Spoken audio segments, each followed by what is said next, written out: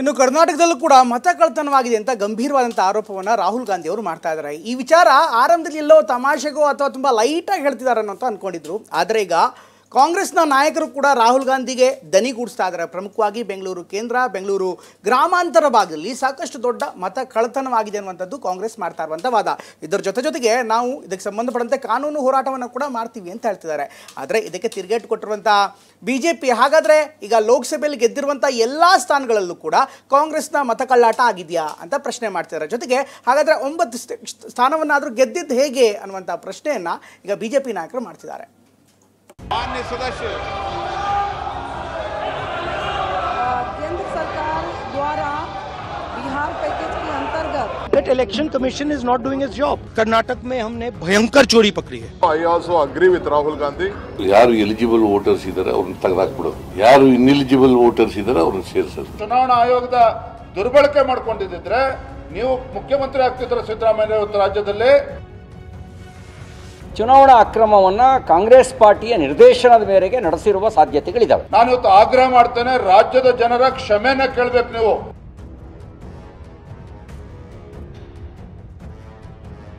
ಲೋಕಸಭಾ ಚುನಾವಣೆ ನಡೆದು 1 ವರ್ಷದ ಮೇಲಾಗಿದೆ. ಆದ್ರೀಗ ಚುನಾವಣೆಯಲ್ಲಿ ಅಕ್ರಮ ನಡೆದಿದೆ ಅಂತ ವಿಪಕ್ಷ ನಾಯಕ ರಾಹುಲ್ ಗಾಂಧಿ ಗಂಭೀರ ಆರೋಪ ಮಾಡಿದ್ದಾರೆ. ಅದರಲ್ಲೂ ಕರ್ನಾಟಕದಲ್ಲಿ ದೊಡ್ಡ ಮೋಸ ಆಗಿದೆ ಅಂತ ಸ್ಫೋಟಕ ಹೇಳಿಕೆಯನ್ನೇ ಕೊಟ್ಟಿದ್ದಾರೆ. कर्नाटक में हमने रिसर्च की है थोड़ी. कर्नाटक में हमने भयंकर चोरी पकड़ी है. मैं ब्लैक एंड व्हाइट में आपको दिखाऊंगा, इलेक्शन कमीशन को दिखाऊंगा, ठीक है, ब्लैक एंड व्हाइट में कि कैसे चोरी की जाती है, कहां की जाती है. ರಾಹುಲ್ ಗಾಂಧಿ ಇಂಥದ್ದೊಂದು ಆರೋಪ ಮಾಡ್ತಾ ಇದ್ದ ಹಾಗೆ ಚುನಾವಣಾ ಆಯೋಗ ದಾಖಲೆ ಬಿಡುಗಡೆ ಮಾಡಿತ್ತು. ಎಲ್ಲ ಮತದಾರರ ಪಟ್ಟಿಯನ್ನ ಪಾರದರ್ಶಕವಾಗಿ ಸಿದ್ಧಪಡಿಸಲಾಗಿದೆ, ಆ ಪ್ರತಿಗಳನ್ನ ಮಾನ್ಯತೆ ಪಡೆದ ರಾಜಕೀಯ ಪಕ್ಷಗಳೊಂದಿಗೆ ಹಂಚಿಕೊಳ್ಳಲಾಗಿದೆ ಅಂತ ಪಟ್ಟಿಯನ್ನ ಟ್ವೀಟ್ ನಲ್ಲಿ ಹಂಚಿಕೊಂಡಿದೆ. ಆದ್ರೆ ರಾಹುಲ್ ಗಾಂಧಿ ಮಾತ್ರ 100% ಸಾಕ್ಷ್ಯ ಇದೆ ಅಂತ ತಮ್ಮ ಆರೋಪಕ್ಕೆ ಬದ್ಧರಾಗಿದ್ದಾರೆ. That election commission is not doing its job. Now we have concrete 100% proof of election commission allowing cheating in a seat in Karnataka. Not 90%. When we decide to show it to you, it is 100% proof. Okay? And we just looked at one constituency and we found this. ಇದೇ ಆರೋಪದ ಕಿಡಿ ರಾಜ್ಯದಲ್ಲೂ ಹೊತ್ತಿದ್ದು ರಾಜಕೀಯ ಕೆಸರೆರಚಾಟ ಶುರುವಾಗಿದೆ. ರಾಹುಲ್ ಗಾಂಧಿ ಮಾಡಿರೋ ಆರೋಪವನ್ನ CM Siddaramaiah ಸಮರ್ಥಿಸಿಕೊಂಡಿದ್ದಾರೆ. ಅರ್ಹ ಮತದಾರರನ್ನ ಪಟ್ಟಿಯಿಂದ ಕೈಬಿಟ್ಟಿರೋದಾಗಿ ಹೇಳಿದ್ದಾರೆ. ಈ ಮಾತಿಗೆ ಕೆರಳಿ ಕೆಂಡವಾದ BY ವಿಜಯೇಂದ್ರ ದುರ್ಬಳಕೆ ಆಗಿದ್ರೆ ನೀವು ಸಿಎಂ ಆಗ್ತಿದ್ರಾ ಅಂತ ಪ್ರಶ್ನಿಸಿದ್ದಾರೆ. ಕಳೆದ ಲೋಕಸಭಾ ಚುನಾವಣೆಯಲ್ಲಿ ಅರ್ಹ ಮತದಾರರನ್ನ ವೋಟರ್ಸ್ ಲಿಸ್ಟ್ ಅನ್ನ ಯಾರು ಎಲಿಜಿಬಲ್ ವೋಟರ್ಸ್ ಇದ್ದಾರೆ ಅವ್ರನ್ನ ತೆಗೆದಾಕ್ಬಿಡೋದು, ಯಾರು ಇನ್ಎಲಿಜಿಬಲ್ ವೋಟರ್ಸ್ ಇದ್ದಾರೆ ಅವ್ರನ್ನ ಸೇರಿಸೋದು. ಅವ್ರು ವೋಟ್ರೇ ಅಲ್ಲ.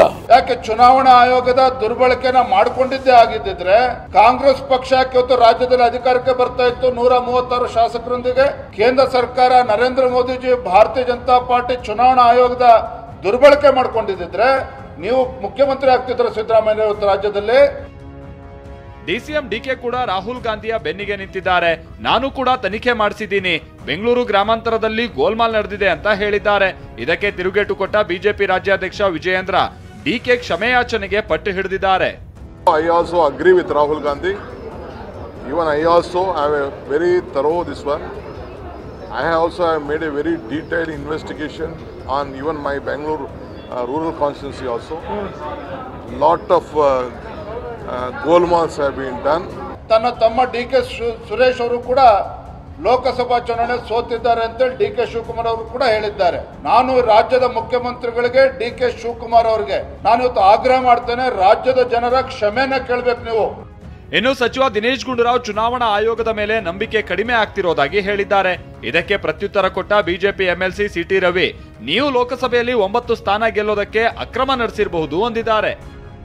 ಈಗ EC ಬಗ್ಗೆ ನಮಗೆ ನಂಬಿಕೆ ಕಮ್ಮಿ ಆಗ್ತಾ ಇರೋದೇ ನಮ್ಮ ಪ್ರಜಾಪ್ರಭುತ್ವ ವ್ಯವಸ್ಥೆಗೆ ಒಂದು ದೊಡ್ಡ ಮಾರಕ ಅಂತಲೇ ಹೇಳಬೇಕು. ಯಾಕಂದರೆ ಎಲೆಕ್ಷನ್ ಕಮಿಷನ್ನು ನಿಷ್ಪಕ್ಷಪಾತವಾಗಿರುವಂಥದ್ದೇ ಡೆಮೋಕ್ರಸಿಗೆ ಬಹಳ ಮುಖ್ಯವಾದಂಥ ಒಂದು ವಿಷಯ. 2024ರಲ್ಲಿ 9 ಸೀಟ್ ಗೆಲ್ಲೋ ಲೆಕ್ಕದಲ್ಲೇ ಇರಲಿಲ್ಲ. 1 ಸೀಟು ಗೆಲ್ಲೋದು ಕಷ್ಟ ಇತ್ತು. ಕಾಂಗ್ರೆಸ್ 9 ಹೆಂಗೆ ಗೆದ್ರು ಲೋಕಸಭೆಯಲ್ಲಿ? ಇದೆಲ್ಲ ನೋಡಿದಾಗ ಚುನಾವಣಾ ಅಕ್ರಮವನ್ನು ಕಾಂಗ್ರೆಸ್ ಪಾರ್ಟಿಯ ನಿರ್ದೇಶನದ ಮೇರೆಗೆ ನಡೆಸಿರುವ ಸಾಧ್ಯತೆಗಳಿದ್ದಾವೆ. ಇದು ನನ್ನ ಅನುಮಾನ. ಒಟ್ಟಲ್ಲಿ ರಾಹುಲ್ ಗಾಂಧಿ ಅವರ ಮತ ಕಳವು ಹೇಳಿಕೆ ರಾಜ್ಯದಲ್ಲಿ ಸದ್ದು ಮಾಡ್ತಾ ಇದೆ. ಮತ ಅಕ್ರಮದ ಬಗ್ಗೆ ನಮ್ಮ ಬಳಿ ದಾಖಲೆಗಳು ಇದೆ ಅನ್ನೋದನ್ನ ರಾಹುಲ್ ಗಾಂಧಿ ಹೇಳಿದ್ದಾರೆ. ಕೇಳಿದ್ರೆ ದಾಖಲೆಗಳನ್ನ ಆಯೋಗಕ್ಕೆ ಕೊಡೋದಾಗಿಯೂ ಹೇಳಿದ್ದಾರೆ. ಹರೀಶ್, ಟಿವಿ9 ಬೆಂಗಳೂರು.